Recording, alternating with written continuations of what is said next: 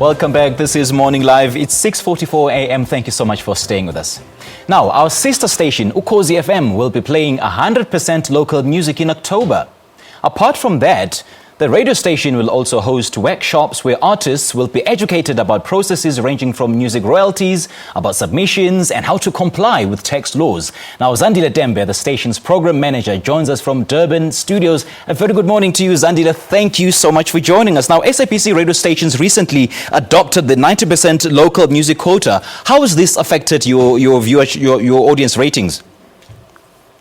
Thank you, Simpiwe, and good morning. Thank you for having us on your show. It has affected in a very positive way.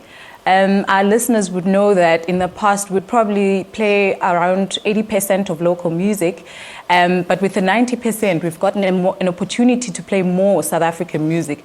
So it really has added to the quota and afforded artists an opportunity to get playlisted more than it had been in the past. It has been a positive influence in the music in the station.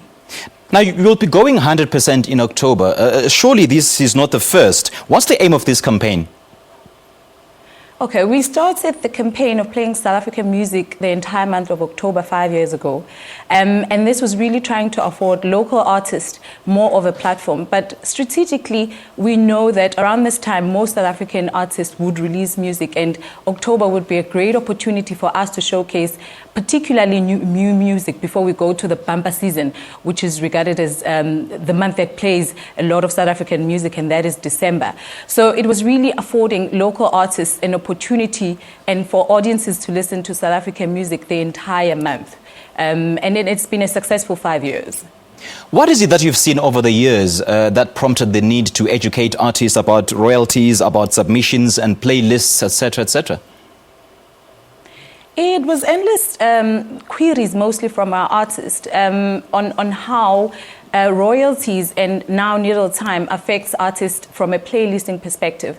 And it was important for us to come together with our stakeholders, your SAMROs and SAMPRAs, to really educate artists, particularly the ones that are new in the industry, so that they understand that when your music has been playlisted, what then are the procedures that you follow when you want to get your royalties and the differences between royalties and needle time. So it was more informing and empowering our artists, particularly the new ones, so that they understand the relationship between music and the radio platform. And how can these artists be part of the workshop?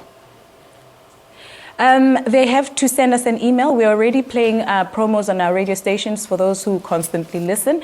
They send us an email on info@ukhozifm.co.za so that they can secure a seat.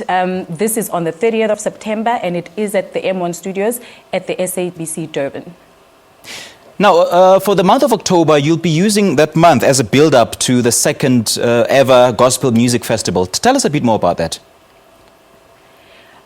It's our second Gospel Music Festival. Firstly, gospel music is one of our DNAs in terms of the music that you would hear the most at our radio station, and particularly South African gospel music. Now, on the 6th of November, we are going to be at Eguruleni at Germiston Lake, where we are going to still be celebrating local music, particularly gospel music. And it really is, one, reaching out and spending time with our audiences that are in the Gauteng province, and also spending time with our gospel music, which is one of our biggest genres in terms of the station. And we're hoping that our audiences will come and spend some time with us. Now, Ukhozi FM is clearly the biggest radio station in the country with the biggest number of listeners. What figure are we sitting at now? We're sitting at 7.5 million listeners. All right. Zandile, thank you so much for your time. Thank you for having me, Simpiwe. Right, that was Zandile Tembe, Ukhozi FM station manager, speaking to us live from our Durban studios. We really thank her for her time.